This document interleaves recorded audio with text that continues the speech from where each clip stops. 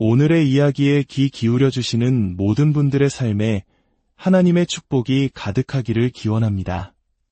잠시 시간을 내어 구독과 좋아요를 눌러주시면 저희가 더 좋은 이야기를 만드는데 큰 힘이 될 뿐만 아니라 여러분의 선한 마음이 더 널리 퍼져나가는 계기가 될 것입니다.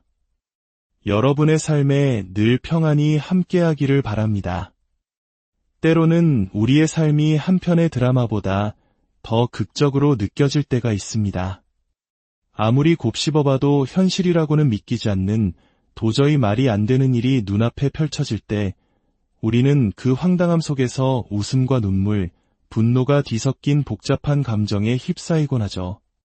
특히 가장 가까운 사람에게서 전혀 예상치 못한 방식으로 상처를 입고 배신을 당했을 때 우리는 어디서부터 모든 것이 잘못된 것인지 스스로를 의심하며 깊은 혼란에 빠지게 됩니다. 오늘 저는 바로 그런 믿을 수 없는 일을 겪었던 제 이야기를 여러분께 들려드리고자 합니다.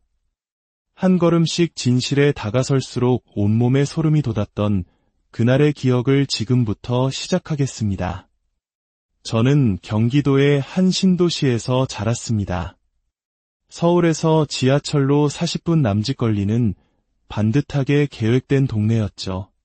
저희 부모님은 파릇파릇한 신혼의 꿈을 안고 그곳에 터를 잡으셨고 아파트 단지 놀이터에서 흙먼지를 뒤집었으며 노는 저를 키워내셨습니다.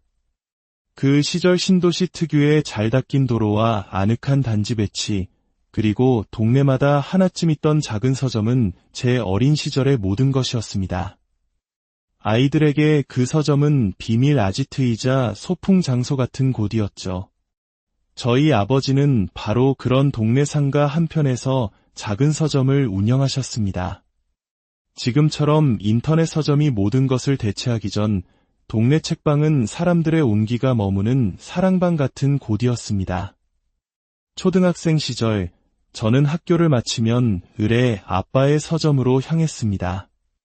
서점 구석에 놓인 낡은 테이블과 의자에 앉아가 들어온 새 책을 읽거나 종이에 이런저런 그림을 끄적이는 것이 제 일상이었습니다. 책가방은 의자 한쪽에 아무렇게나 던져두고 종이 냄새와 잉크 냄새가 뒤섞인 서점에서 시간을 보내다 저녁밥 먹을 시간이 되면 집으로 돌아가곤 했죠. 그러면 언제나 엄마가 차려주신 따뜻한 밥과 찌개 냄새가 집 안가득 저를 맞아주었습니다.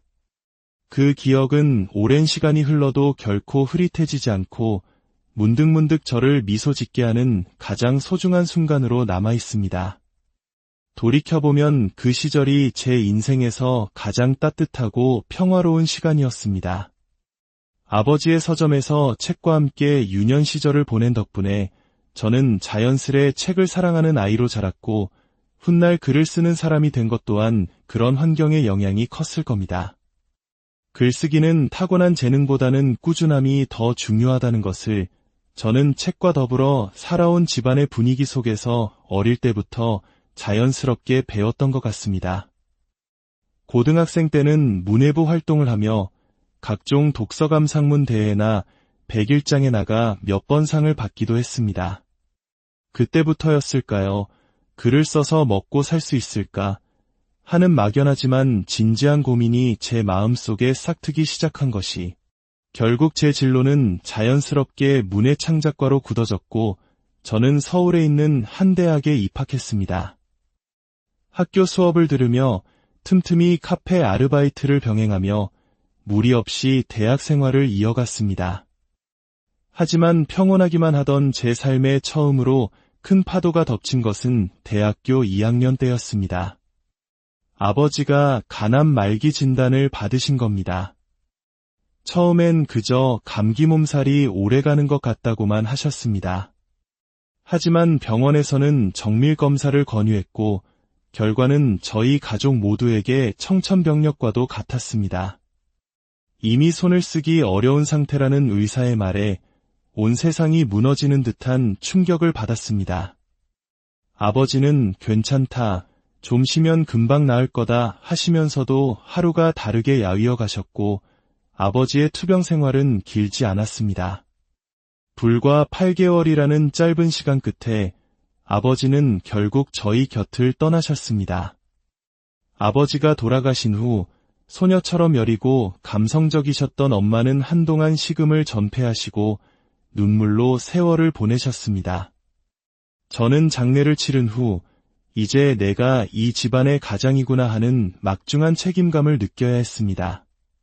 엄마, 밥은 좀 먹었어? 안 들어가. 그냥 물만 좀 마셨어. 이러면 더 아파. 아빠도 그걸 원하진 않을 거야. 내 아빠 없이 내가 혼자 어떻게 사니? 이런 대화가 오가는 동안 저는 더 이상 한가롭게 작가의 꿈을 꿀 여유가 없다는 것을 깨달았습니다. 당장 학비와 생활비를 감당하려면 돈을 벌어야 했습니다. 저는 교수님의 추천을 받아 한 출판사에 취직하게 되었습니다. 출판사에서 저는 신입사원으로서 교정, 교열 같은 기본적인 업무부터 시작해 점차 기획과 작가 섭외까지 담당하게 되었습니다. 3년 정도 치열하게 일하며 책이 어떻게 만들어지고 시장이 어떻게 반응하는지를 온몸으로 배웠습니다. 그렇게 정신없이 일하던 어느 날 엄마가 제게 봉투 하나를 조심스럽게 내미셨습니다. 이거 내 아빠가 남기고 간 거야. 내 앞으로 다 정리해 두셨더라. 이게 뭐야, 엄마? 서점 정리한 돈이랑 그동안 모아두신 적금이랑 아빠가 전부 내 이름으로 해놨어. 가인아, 이 돈으로 내가 정말 하고 싶은 일을 하렴. 아버지의 마지막 선물을 품에 안고 저는 오랜 시간 고민했습니다. 그리고 마침내 제 이름으로 된 작은 출판사를 차리기로 결심했습니다. 회사를 다니며 쌓은 인맥을 바탕으로 기획을 시작했고 첫 책을 낼 때는 정말이지 심장이 터질 것처럼 조마조마했습니다. 초기에는 당연히 판매량이 미미했지만 몇 안 되는 직원들과 함께 책 한 권 한 권에 진심과 정성을 다했습니다. 그 마음이 조금씩 전달되었는지 독자들 사이에서 입소문이 나기 시작했습니다. 그러던 어느 날 정말 기적 같은 일이 일어났습니다. 저희 출판사에서 낸 책 한 권을 아주 유명한 연예인이 자신의 SNS에 감명 깊게 읽은 책이라며 소개한 것입니다. 그날 밤부터 주문이 폭주했고 다음날 아침이 되기도 전에 저희 책은 베스트셀러 순위에 이름을 올렸습니다. 엄마, 이거 봐봐. 지금 주문이 계속 들어오고 있어. 어머나, 이게 무슨 일이니? 인터넷이 고장 난 건 아니고. 아니야. 지금 좋아요. 숫자도 엄청나. 세상에. 아이고. 내 아버지가 이걸 보셨으면 얼마나 좋아하셨을까. 비록 반짝 효과에 그쳤을지라도 그 일을 계기로 저희 작은 출판사는 업계에서 주목받는 곳이 되었습니다. 저는 그 기회를 놓치지 않으려 더 열심히 기획에 매달렸고 회사의 규모도 조금씩 키워나갔습니다. 그리고 어느 날 저는 또 하나의 결심을 했습니다. 이제 책이 단순히 책장에 갇혀있는 존재가 되어서는 안 되겠다는 생각이었죠. 책을 매개로 사람들이 모여 이야기하고 서로의 생각을 나누는 살아있는 공간을 만들고 싶었습니다. 그렇게 북카페 겸 오픈 스튜디오를 열기로 했습니다. 공간 인테리어부터 책 선정, 음료 메뉴 개발까지 어느 것 하나 제 손길이 닿지 않은 곳이 없었습니다. 그곳은 단순한 책방이 아닌 북토크와 작가와의 만남이 이루어지는 사람들의 이야기가 살아 숨쉬는 공간이었습니다. 그리고 바로 그 공간에 바리스타로 입사한 직원이 훗날 제 남편이 된 사람이었습니다. 그의 이력서는 그가 오랫동안 카페 일을 해온 베테랑임을 증명했고 면접 때 보여준 진중한 말투와 태도는 깊은 신뢰감을 주었습니다. 무엇보다 그는 커피에 대한 전문 지식뿐만 아니라 책과 사람, 그리고 공간을 어떻게 연결해야 하는지에 대한 깊은 이해를 가지고 있었습니다. 여기서 일해보고 싶은 특별한 이유가 있으세요? 책을 좋아합니다. 북카페는 운영이 어렵다고들 하죠. 하지만 저는 오히려 그래서 더 끌렸습니다. 진정으로 오래가는 가게는 결국 사람의 마음을 얻는 데서 시작된다고 믿거든요. 그런 공간을 대표님과 함께 만들어보고 싶습니다. 그렇게 시작된 인연은 시간이 흐르며 자연스럽게 깊어졌습니다.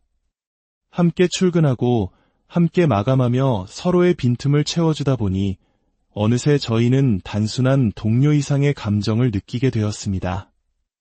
연애를 시작한 후에도 저희의 일상은 변함없었고 오히려 공간 운영은 더욱 안정감을 찾아갔습니다. 남편은 북카페 운영 전반을 책임지며 손님들 사이에서도 좋은 평판을 얻었습니다. 커피를 마시러 온 사람도 조용히 책을 읽으러 온 사람도 모두 만족할 수 있는 분위기를 만들어내는 그의 능력은 일에 대한 그의 진심과 노력 덕분이었습니다. 결혼을 결심하고 처음으로 남편의 부모님을 뵈러 갔을 때 저는 꽤 긴장했습니다. 하지만 시부모님은 놀라울 정도로 저를 환대해 주셨고 특히 시아버님은 저를 무척이나 반겨주셨습니다. 젊은 나이에 출판사도 운영하고 북카페까지 하다니 참 대단하구나. 아닙니다. 아버님. 아직 부족한 점이 많습니다. 나도 은퇴하면 이런 문화 공간을 한번 해볼까 고민 중이었는데 나중에 조언 좀 받을 수 있을까? 그 후로 시아버님은 제게 자주 전화를 걸어 조언을 구하셨습니다.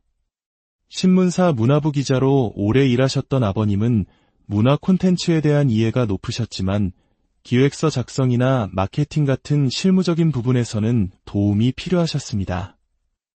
저는 제가 가진 경험을 총동원해 아버님의 문화 공간 설립을 도왔습니다. SNS 계정을 만들어드리고 출판사와의 협업을 연결해드렸죠. 아버님의 공간은 점차 입소문을 타며 지역의 사랑받는 문화 플랫폼으로 자리 잡았고 그 모습을 보며 저는 진정한 가족의 정을 느끼는 것 같아 마음이 따뜻해졌습니다.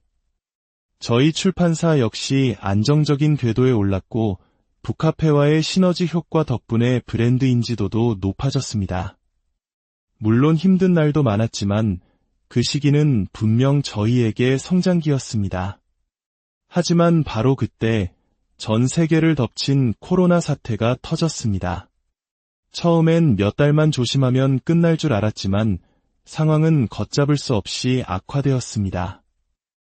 오프라인 매출 의존도가 높았던 저희 출판사는 직격탄을 맞았습니다. 서점들은 줄줄이 폐업했고 반품된 책들이 창고에 산더미처럼 쌓여갔습니다. 인쇄비조차 감당하기 어려운 악순환이 시작되었고 결국 저희 책 매출의 큰 비중을 차지하던 온라인 플랫폼 한 곳마저 아무런 예고 없이 폐업하며 마지막 희망의 끈마저 끊어지고 말았습니다.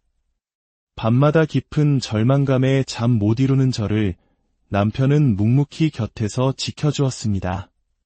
그의 따뜻한 위로 덕분에 버틸 수 있었지만 결국 저는 수년간 피땀 흘려 일군 출판사 법인을 해지하기로 결정했습니다. 모든 기운이 빠져나간 상태라 오히려 그 순간은 담담하게 느껴졌습니다. 아이러니컬하게도 출판사가 문을 닫을 무렵 북카페는 다시 활기를 찾기 시작했습니다. 특히 새로 채용한 실력파 파티시에가 만든 디저트가 SNS에서 폭발적인 반응을 얻으며 주말에는 줄을 서서 기다려야 하는 디저트 성지로 떠올랐습니다. 북카페는 이제 저희 부부의 유일한 수입원이자 희망이었습니다. 하지만 시련은 거기서 끝나지 않았습니다. 엄마가 정기검진에서 만성 신부전증 3기 진단을 받으신 것입니다.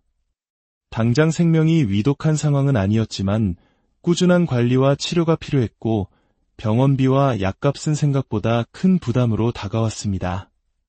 저는 엄마의 건강을 위해 식단을 관리하고 병원 일정을 챙기며 동시에 고정적인 수입을 위해 다시 이력서를 쓰고 면접을 보러 다녔습니다. 그리고 어렵게 한 중견 출판사에 편집자로 입사하게 되었습니다. 예전처럼 모든 것을 제 뜻대로 결정할 수는 없었지만 매달 꼬박꼬박 들어오는 월급으로 엄마의 병원비를 감당할 수 있다는 사실만으로도 저는 감사하며 버틸 수 있었습니다. 그런데 바로 그 무렵부터였습니다. 남편의 말투와 태도에 아주 미묘하지만 분명한 변화가 생기기 시작한 것이, 어느 날 회사 일로 늦게 퇴근한 제게 그는 휴대폰에서 눈을 떼지도 않은 채 무심하게 말했습니다. 그렇게 열심히 해봤자 야근 수당 나오는 것도 아니잖아. 당신 이제 대표도 아니고 그냥 직원이잖아. 누가 보면 큰돈 버는 줄 알겠어. 그냥 설렁설렁해. 그 가볍고 비아냥거리는 말투에 저는 깊은 불쾌감을 느꼈습니다. 그날 이후 저희 부부 사이에는 사소한 말다툼이 잦아졌고 대화 대신 무거운 침묵이 흐르는 날이 많아졌습니다. 그러다 결정적인 사건이 있었습니다. 월급날 며칠 전이라 현금이 부족해 엄마 약값으로 10만 원만 며칠 빌려달라고 했을 때였습니다. 남편은 제 말을 듣자마자 땅이 꺼져라 한숨을 내쉬었습니다. 뭐야, 그 한숨은. 아니, 나도 정산 전이라 돈이 없는데 갑자기 그러면 당황스럽잖아. 당황스럽다고 그렇게 한숨부터 쉬면 내 기분이 좋겠어? 다른 일도 아니고 우리 엄마가 아프다잖아. 고작 10만 원, 그것도 빌려달라는 건데 그렇게까지 눈치를 줘야 해. 그는 대충 미안하다고 사과했지만 그날 이후 우리 사이에는 보이지 않는 얼음벽이 생긴 것 같았습니다. 그러던 어느 날 남편이 전에 없이 활짝 웃으며 집에 들어왔습니다. 여보, 나 북카페 2호점 낼 수 있을 것 같아. 우리 파티시에 아버지께서 투자 제안을 해오셨어. 그의 눈은 희망으로 반짝였지만 저는 어딘가 이상하다는 느낌을 지울 수 없었습니다. 저와 한마디 상의도 없이 모든 것이 결정된 것처럼 이야기하는 그의 태도가 낯설게 느껴졌습니다. 그 무렵 시어머니도 덩달아 들떠서는 새로 산 명품 골프채와 골프복 사진을 자랑하기 바빴습니다. 그리고 시어머니의 생신날, 저는 제 눈을 의심해야 했습니다. 엄마 약값 10만 원에 벌벌 떨던 남편이 시어머니에게는 무려 1,000만 원짜리 최신형 골프채 세트를 선물한 것입니다. 기가 막혀서 말이 나오지 않았습니다. 저는 조용히 남편을 불러 물었습니다. 저 골프채 1,000만 원 넘지? 카드 결제 내역 떴어. 아, 그거. 엄마 생신이니까 좀 무리했지. 우리 엄마 약값 10만 원에는 그렇게 인색하더니 참 웃긴다. 그거랑 이거랑은 다르지. 우리 엄마 생신이잖아. 돈은 역시 내 피부치한테 쓰는 게 제일 가치 있는 거 아니겠어? 피부치. 그 말을 듣는 순간 제 머릿속에서 무언가 툭 하고 끊어지는 소리가 들렸습니다. 아, 그랬구나. 이 집안에서 나는 영원한 이방인이었구나. 가족은 저들끼리만 해당되는 거였구나. 더 이상 눈물도 분노도 나오지 않았습니다. 그날 밤 저는 곧장 노트북을 켜고 부동산 사이트에 접속했습니다. 그래, 너는 내 피부치한테 돈을 썼지. 그럼 나도 내 피부치한테 제대로 한번 써봐야겠다. 북카페의 사업자 명의는 남편이었지만 그 건물의 등기부등본상 소유주는 여전히 제 이름으로 되어 있었습니다. 출판사를 시작할 때 제 돈으로 계약하고 등기까지 마친 온전한 제 소유의 건물이었죠. 저는 망설이지 않고 그 건물을 매물로 내놓았고 며칠 지나지 않아 계약금이 입금되었습니다. 저는 입금된 돈으로 가장 먼저 엄마가 평생 편히 사실 수 있는 전세 자금을 마련하고 앞으로 몇 년치의 병원비와 치료비를 따로 빼놓았습니다. 그리고 모든 것을 마친 뒤 남편에게 통보했습니다. 계약금 들어왔어. 건물 팔았거든. 그 돈으로 우리 엄마 전세금이랑 병원비부터 챙겨드렸어. 남편의 얼굴이 하얗게 질렸습니다. 무슨 건물을? 당신 미쳤어? 무슨 건물이긴, 당신이 그렇게 애지중지하는 북카페 건물이지. 당신이 그랬잖아. 돈은 피부치한테 쓰는 게 제일 가치 있다고. 그래서 오늘의 이야기에 귀 기울여 주시는 모든 분들의 삶에 하나님의 축복이 가득하기를 기원합니다. 잠시 시간을 내어 구독과 좋아요를 눌러주시면 저희가 더 좋은 이야기를 만드는데 큰 힘이 될 뿐만 아니라 여러분의 선한 마음이 더 널리 퍼져나가는 계기가 될 것입니다. 여러분의 삶에 늘 평안이 함께하기를 바랍니다. 때로는 우리의 삶이 한편의 드라마보다 더 극적으로 느껴질 때가 있습니다. 아무리 곱씹어봐도 현실이라고는 믿기지 않는 도저히 말이 안 되는 일이 눈앞에 펼쳐질 때 우리는 그 황당함 속에서 웃음과 눈물, 분노가 뒤섞인 복잡한 감정에 휩싸이곤 하죠. 특히 가장 가까운 사람에게서 전혀 예상치 못한 방식으로 상처를 입고 배신을 당했을 때 우리는 어디서부터 모든 것이 잘못된 것인지 스스로를 의심하며 깊은 혼란에 빠지게 됩니다. 오늘 저는 바로 그런 믿을 수 없는 일을 겪었던 제 이야기를 여러분께 들려드리고자 합니다. 한 걸음씩 진실에 다가설수록 온몸에 소름이 돋았던 그날의 기억을 지금부터 시작하겠습니다. 저는 경기도의 한 신도시에서 자랐습니다. 서울에서 지하철로 40분 남짓 걸리는 반듯하게 계획된 동네였죠. 저희 부모님은 파릇파릇한 신혼의 꿈을 안고 그곳에 터를 잡으셨고 아파트 단지 놀이터에서 흙먼지를 뒤집어쓰며 노는 저를 키워내셨습니다. 그 시절 신도시 특유의 잘 닦인 도로와 아늑한 단지 배치, 그리고 동네마다 하나쯤 있던 작은 서점은 제 어린 시절의 모든 것이었습니다. 아이들에게 그 서점은 비밀 아지트이자 소풍 장소 같은 곳이었죠. 저희 아버지는 바로 그런 동네 상가 한편에서 작은 서점을 운영하셨습니다.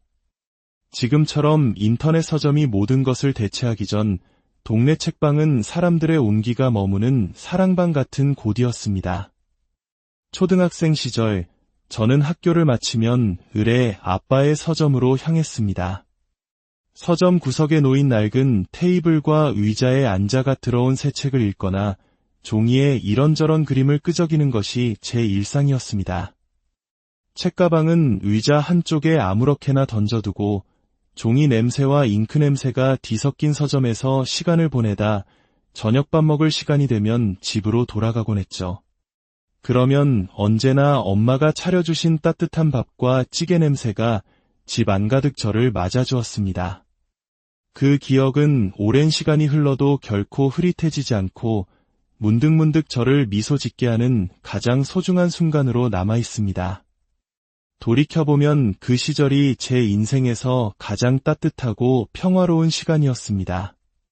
아버지의 서점에서 책과 함께 유년 시절을 보낸 덕분에 저는 자연스레 책을 사랑하는 아이로 자랐고 훗날 글을 쓰는 사람이 된 것 또한 그런 환경의 영향이 컸을 겁니다. 글쓰기는 타고난 재능보다는 꾸준함이 더 중요하다는 것을 저는 책과 더불어 살아온 집안의 분위기 속에서 어릴 때부터 자연스럽게 배웠던 것 같습니다. 고등학생 때는 문예부 활동을 하며 각종 독서감상문 대회나 백일장에 나가 몇 번 상을 받기도 했습니다. 그때부터였을까요?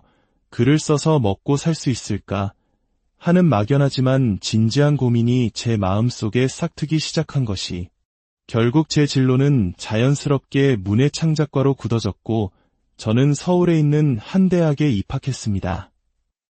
학교 수업을 들으며 틈틈이 카페 아르바이트를 병행하며 무리 없이 대학 생활을 이어갔습니다. 하지만 평온하기만 하던 제 삶의 처음으로 큰 파도가 덮친 것은 대학교 2학년 때였습니다. 아버지가 간암 말기 진단을 받으신 겁니다.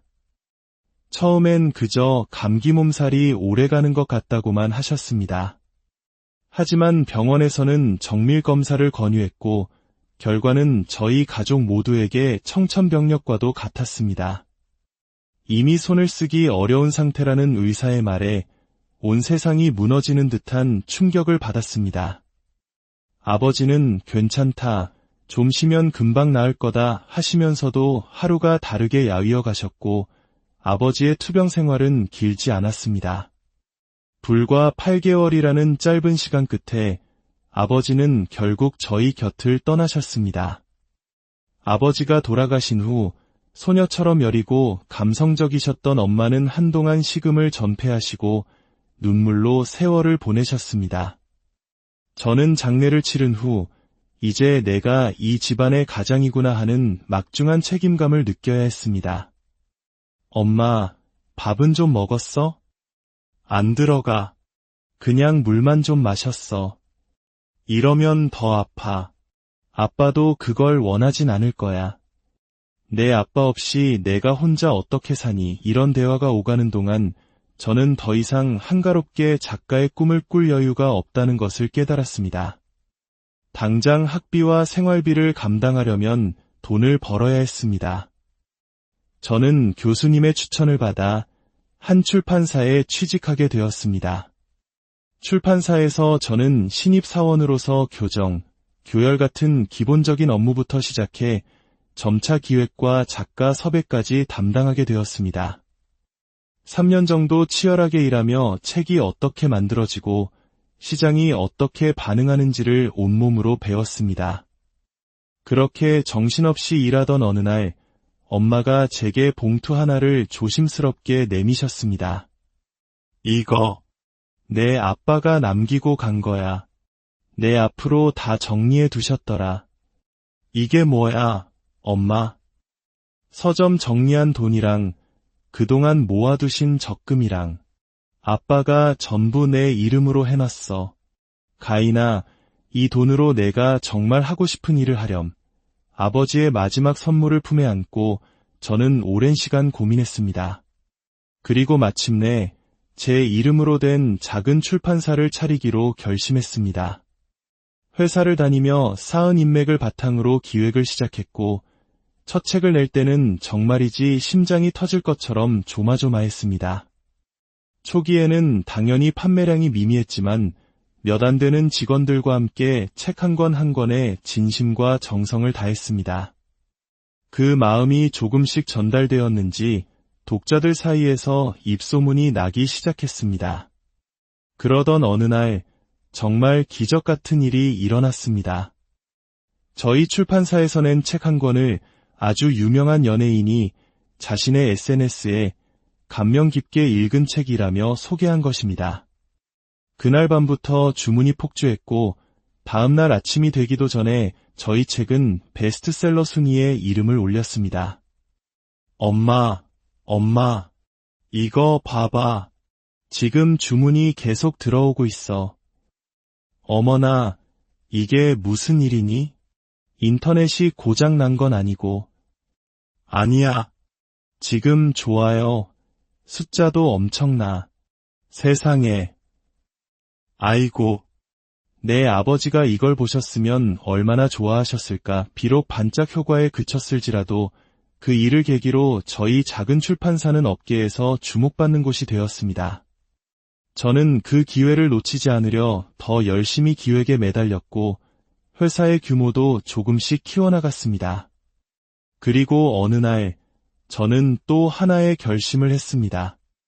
이제 책이 단순히 책장에 갇혀있는 존재가 되어서는 안 되겠다는 생각이었죠. 책을 매개로 사람들이 모여 이야기하고 서로의 생각을 나누는 살아있는 공간을 만들고 싶었습니다. 그렇게 북카페 겸 오픈 스튜디오를 열기로 했습니다.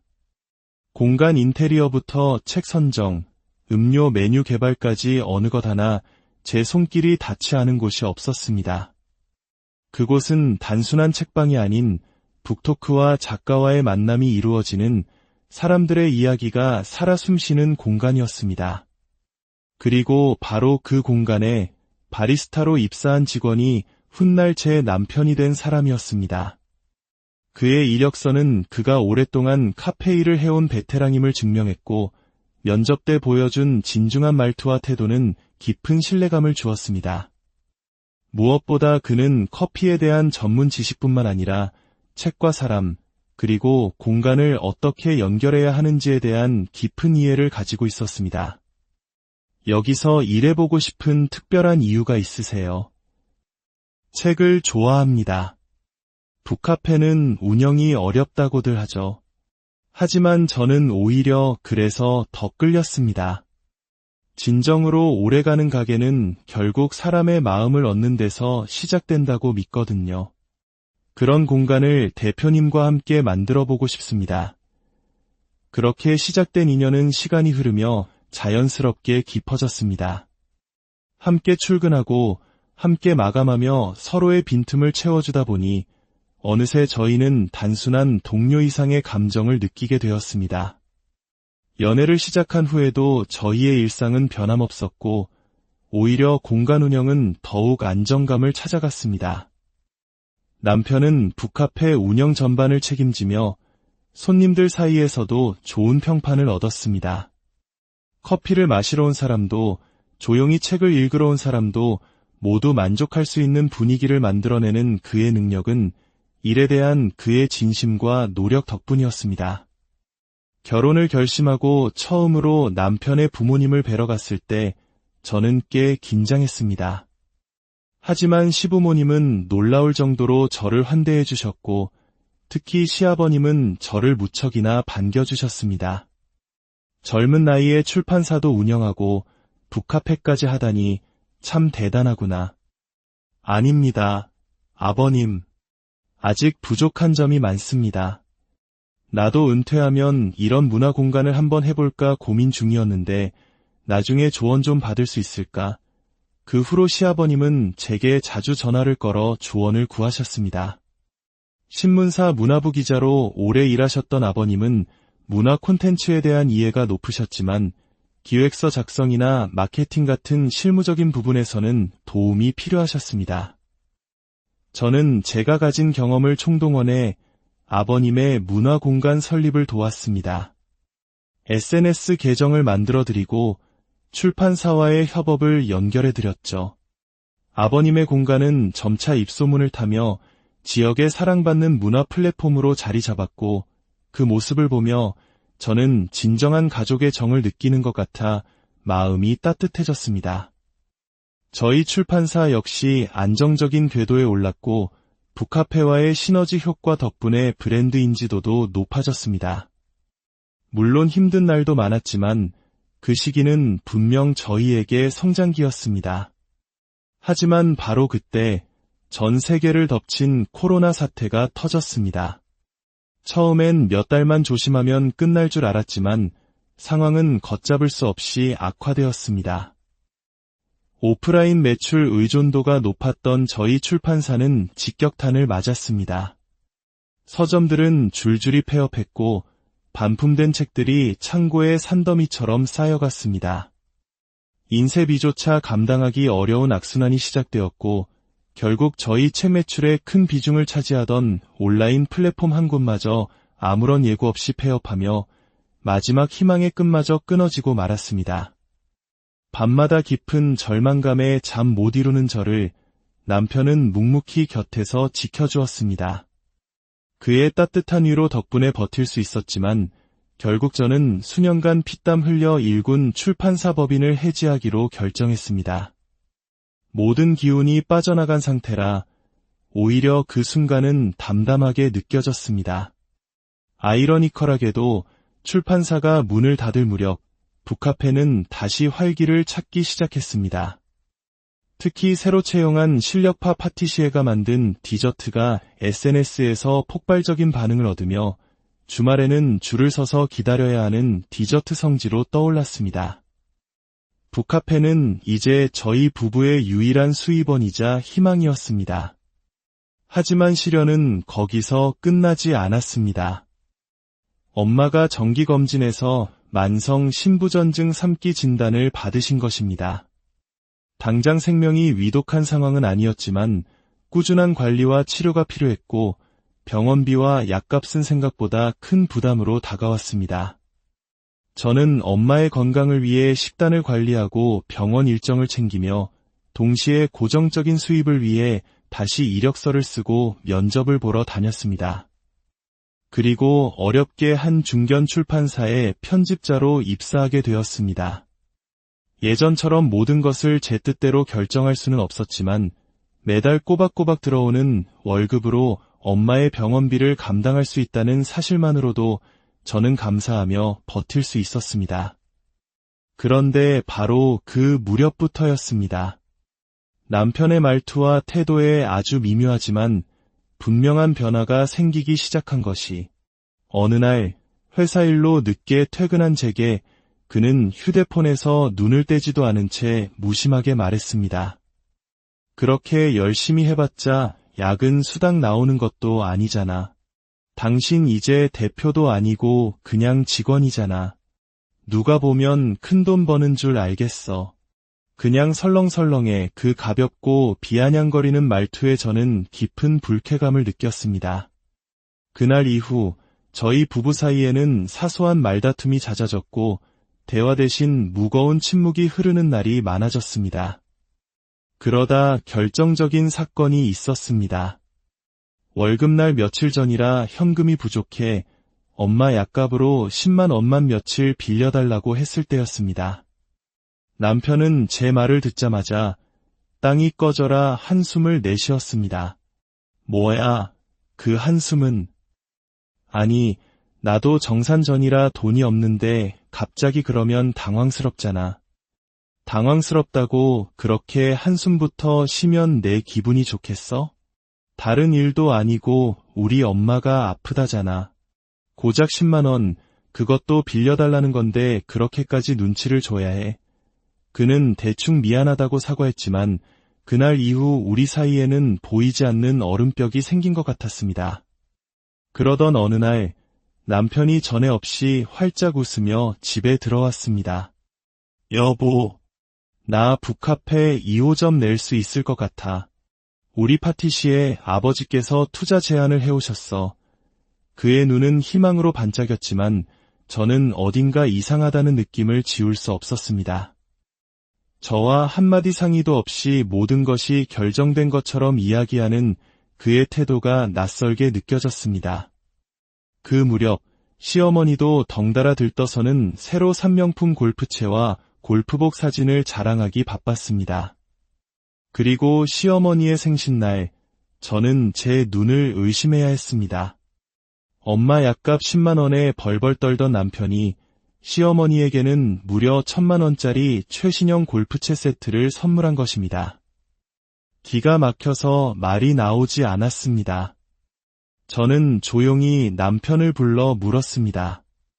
저 골프채 1,000만 원 넘지? 카드 결제 내역 떴어. 아, 그거. 엄마 생신이니까 좀 무리했지. 우리 엄마 약값 10만 원에는 그렇게 인색하더니 참 웃긴다. 그거랑 이거랑은 다르지. 우리 엄마 생신이잖아.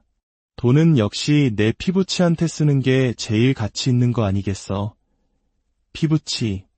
그 말을 듣는 순간 제 머릿속에서 무언가 툭 하고 끊어지는 소리가 들렸습니다. 아, 그랬구나. 이 집안에서 나는 영원한 이방인이었구나. 가족은 저들끼리만 해당되는 거였구나. 더 이상 눈물도 분노도 나오지 않았습니다. 그날 밤 저는 곧장 노트북을 켜고 부동산 사이트에 접속했습니다. 그래, 너는 내 피부치한테 돈을 썼지. 그럼 나도 내 피부치한테 제대로 한번 써봐야겠다. 북카페의 사업자 명의는 남편이었지만 그 건물의 등기부등본상 소유주는 여전히 제 이름으로 되어 있었습니다. 출판사를 시작할 때 제 돈으로 계약하고 등기까지 마친 온전한 제 소유의 건물이었죠. 저는 망설이지 않고 그 건물을 매물로 내놓았고 며칠 지나지 않아 계약금이 입금되었습니다. 저는 입금된 돈으로 가장 먼저 엄마가 평생 편히 사실 수 있는 전세 자금을 마련하고 앞으로 몇 년치의 병원비와 치료비를 따로 빼놓았습니다. 그리고 모든 것을 마친 뒤 남편에게 통보했습니다. 계약금 들어왔어. 건물 팔았거든. 그 돈으로 우리 엄마 전세금이랑 병원비부터 챙겨드렸어. 남편의 얼굴이 하얗게 질렸습니다. 뭐? 무슨 건물을? 당신 미쳤어? 무슨 건물이긴 당신이 그렇게 애지중지하는 북카페 건물이지.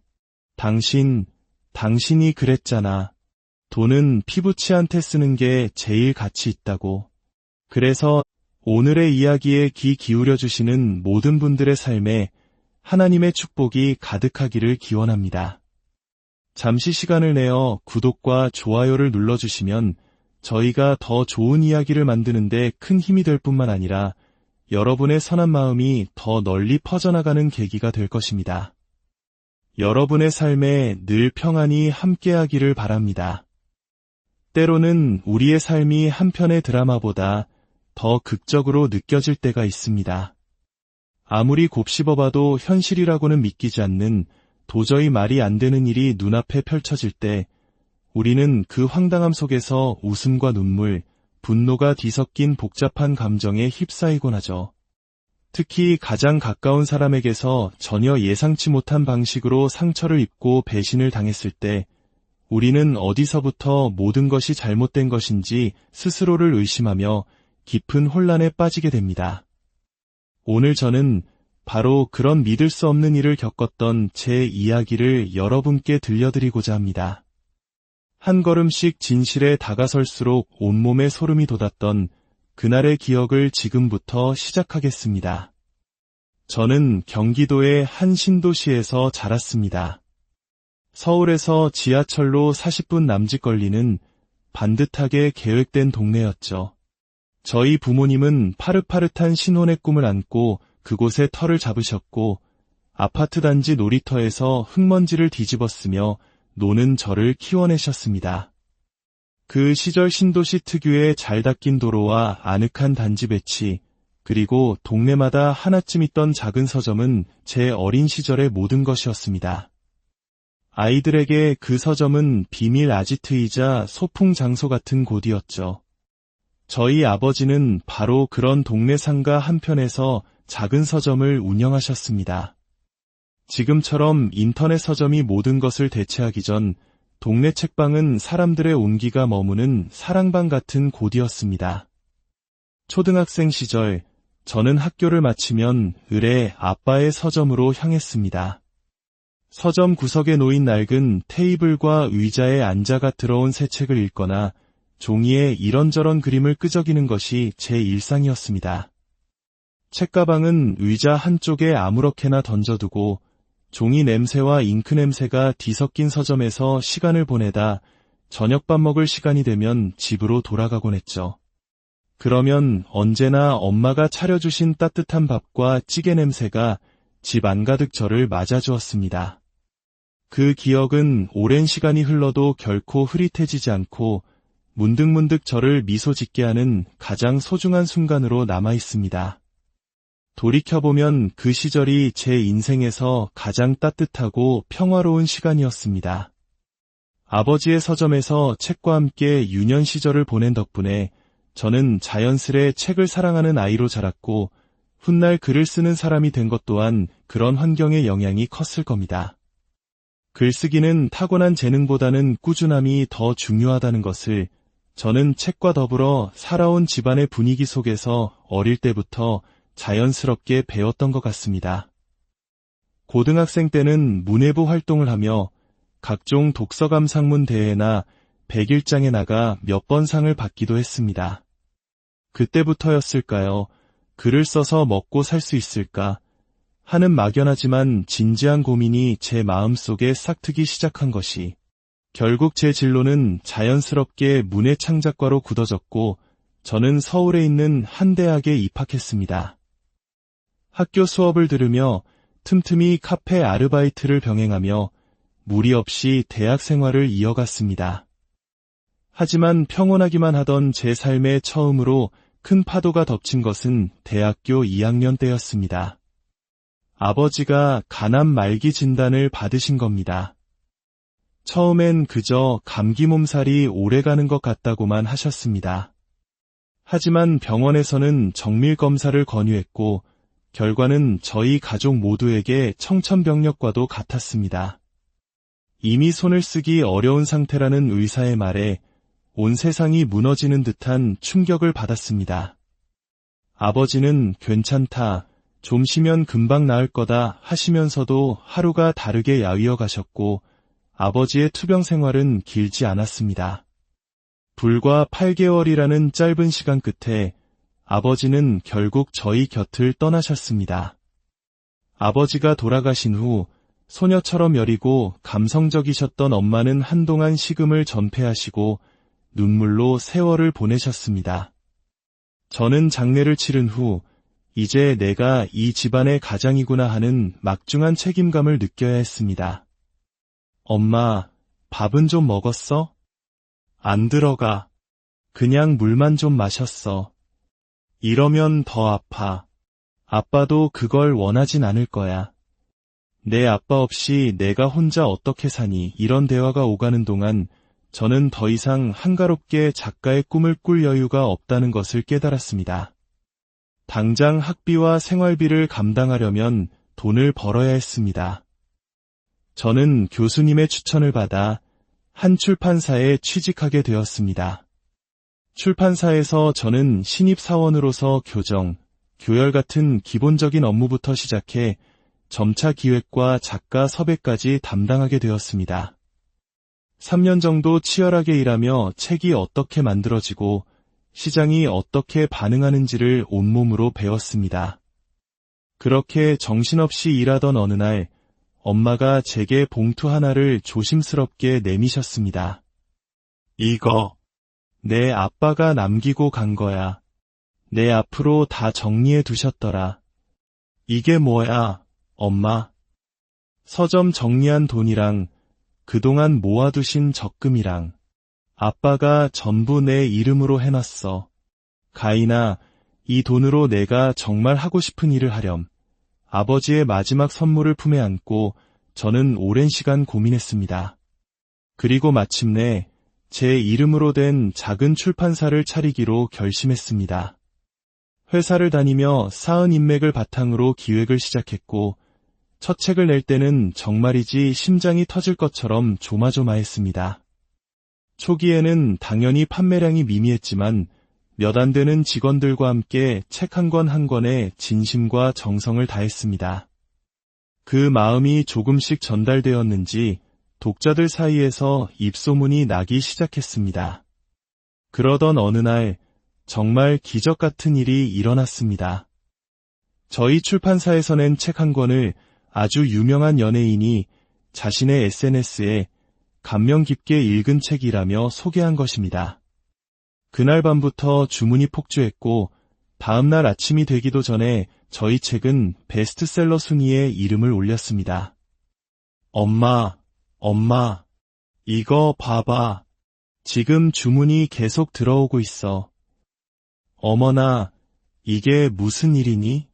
인터넷이 고장 난 건 아니고. 아니야. 지금 좋아요. 숫자도 엄청나. 세상에. 아이고. 내 아버지가 이걸 보셨으면 얼마나 좋아하셨을까. 비록 반짝 효과에 그쳤을지라도 그 일을 계기로 저희 작은 출판사는 업계에서 주목받는 곳이 되었습니다. 저는 그 기회를 놓치지 않으려 더 열심히 기획에 매달렸고 회사의 규모도 조금씩 키워나갔습니다. 그리고 어느 날 저는 또 하나의 결심을 했습니다. 이제 책이 단순히 책장에 갇혀있는 존재가 되어서는 안 되겠다는 생각이었죠.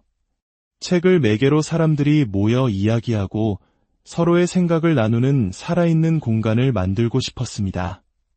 그렇게 북카페 겸 오픈 스튜디오를 열기로 했습니다. 공간 인테리어부터 책 선정, 음료 메뉴 개발까지 어느 것 하나 제 손길이 닿지 않은 곳이 없었습니다. 그곳은 단순한 책방이 아닌 북토크와 작가와의 만남이 이루어지는 사람들의 이야기가 살아 숨쉬는 공간이었습니다.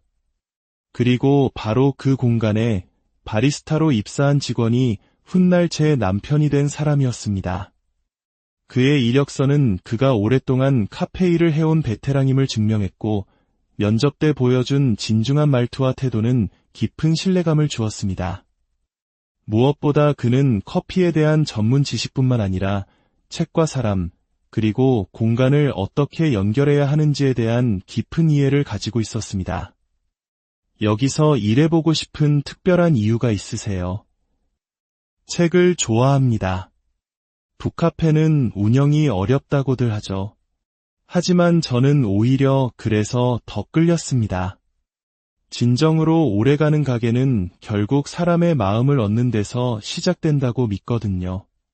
그런 공간을 대표님과 함께 만들어보고 싶습니다. 그렇게 시작된 인연은 시간이 흐르며 자연스럽게 깊어졌습니다. 함께 출근하고 함께 마감하며 서로의 빈틈을 채워주다 보니 어느새 저희는 단순한 동료 이상의 감정을 느끼게 되었습니다. 연애를 시작한 후에도 저희의 일상은 변함없었고 오히려 공간 운영은 더욱 안정감을 찾아갔습니다. 남편은 북카페 운영 전반을 책임지며 손님들 사이에서도 좋은 평판을 얻었습니다. 커피를 마시러 온 사람도 조용히 책을 읽으러 온 사람도 모두 만족할 수 있는 분위기를 만들어내는 그의 능력은 일에 대한 그의 진심과 노력 덕분이었습니다. 결혼을 결심하고 처음으로 남편의 부모님을 뵈러 갔을 때 저는 꽤 긴장했습니다. 하지만 시부모님은 놀라울 정도로 저를 환대해 주셨고 특히 시아버님은 저를 무척이나 반겨주셨습니다. 젊은 나이에 출판사도 운영하고 북카페까지 하다니 참 대단하구나. 아닙니다, 아버님. 아직 부족한 점이 많습니다. 나도 은퇴하면 이런 문화 공간을 한번 해볼까 고민 중이었는데 나중에 조언 좀 받을 수 있을까? 그 후로 시아버님은 제게 자주 전화를 걸어 조언을 구하셨습니다. 신문사 문화부 기자로 오래 일하셨던 아버님은 문화 콘텐츠에 대한 이해가 높으셨지만 기획서 작성이나 마케팅 같은 실무적인 부분에서는 도움이 필요하셨습니다. 저는 제가 가진 경험을 총동원해 아버님의 문화 공간 설립을 도왔습니다. SNS 계정을 만들어드리고 출판사와의 협업을 연결해드렸죠.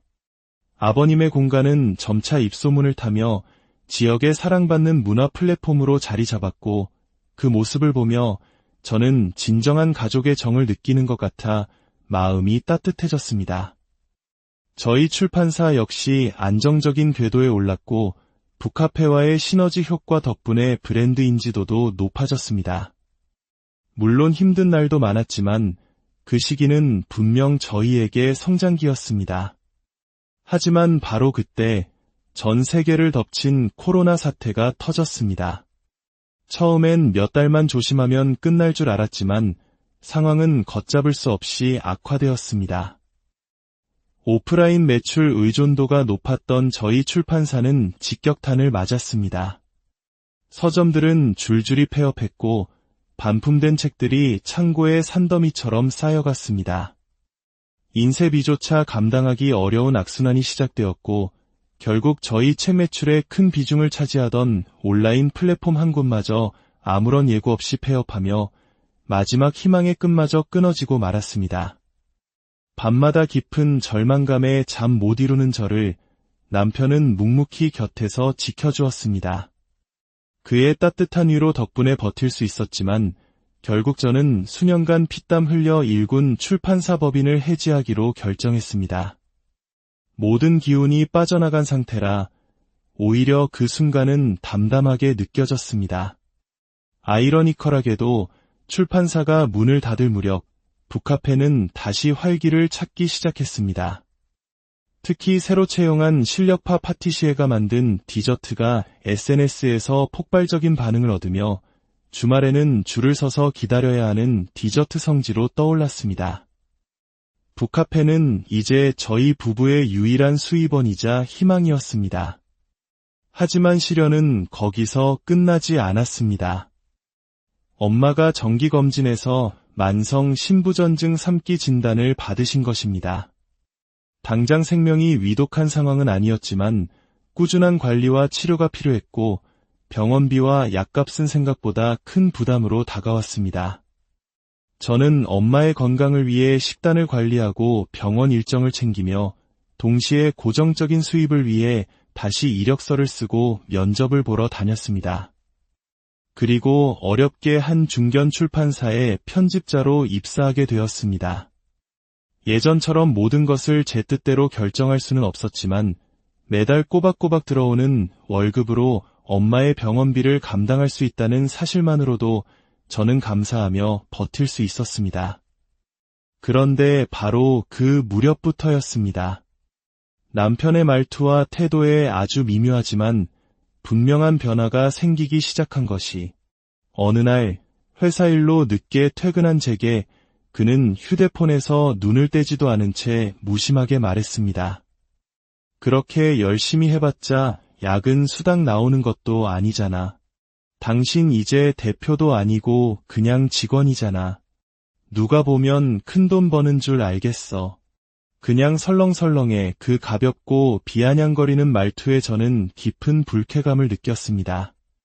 그날 이후 저희 부부 사이에는 사소한 말다툼이 잦아졌고 대화 대신 무거운 침묵이 흐르는 날이 많아졌습니다. 그러다 결정적인 사건이 있었습니다. 월급날 며칠 전이라 현금이 부족해 엄마 약값으로 10만 원만 며칠 빌려달라고 했을 때였습니다. 남편은 제 말을 듣자마자 땅이 꺼져라 한숨을 내쉬었습니다. 뭐야, 그 한숨은. 아니, 나도 정산전이라 돈이 없는데 갑자기 그러면 당황스럽잖아.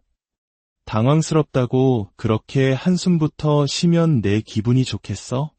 다른 일도 아니고 우리 엄마가 아프다잖아. 고작 10만 원, 그것도 빌려달라는 건데 그렇게까지 눈치를 줘야 해. 그는 대충 미안하다고 사과했지만 그날 이후 우리 사이에는 보이지 않는 얼음벽이 생긴 것 같았습니다. 그러던 어느 날 남편이 전에 없이 활짝 웃으며 집에 들어왔습니다. 여보, 나 북카페 2호점 낼 수 있을 것 같아. 우리 파티시에 아버지께서 투자 제안을 해오셨어. 그의 눈은 희망으로 반짝였지만 저는 어딘가 이상하다는 느낌을 지울 수 없었습니다.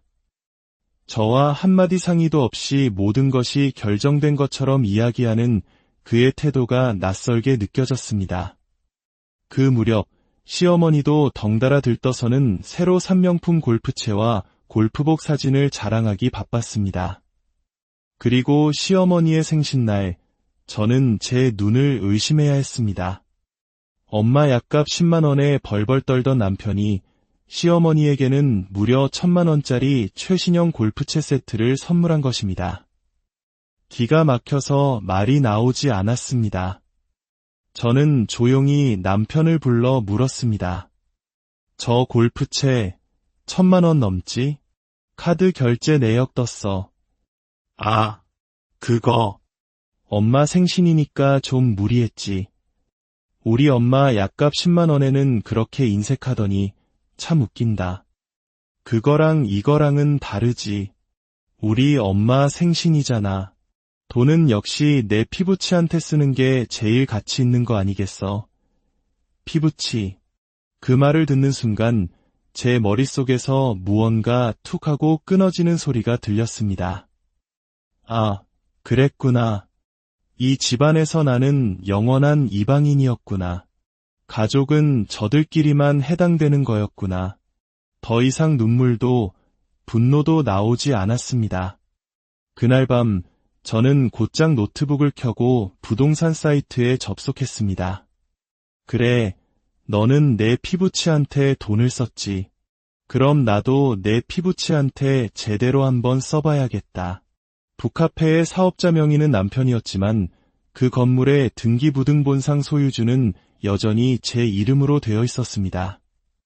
출판사를 시작할 때 제 돈으로 계약하고 등기까지 마친 온전한 제 소유의 건물이었죠.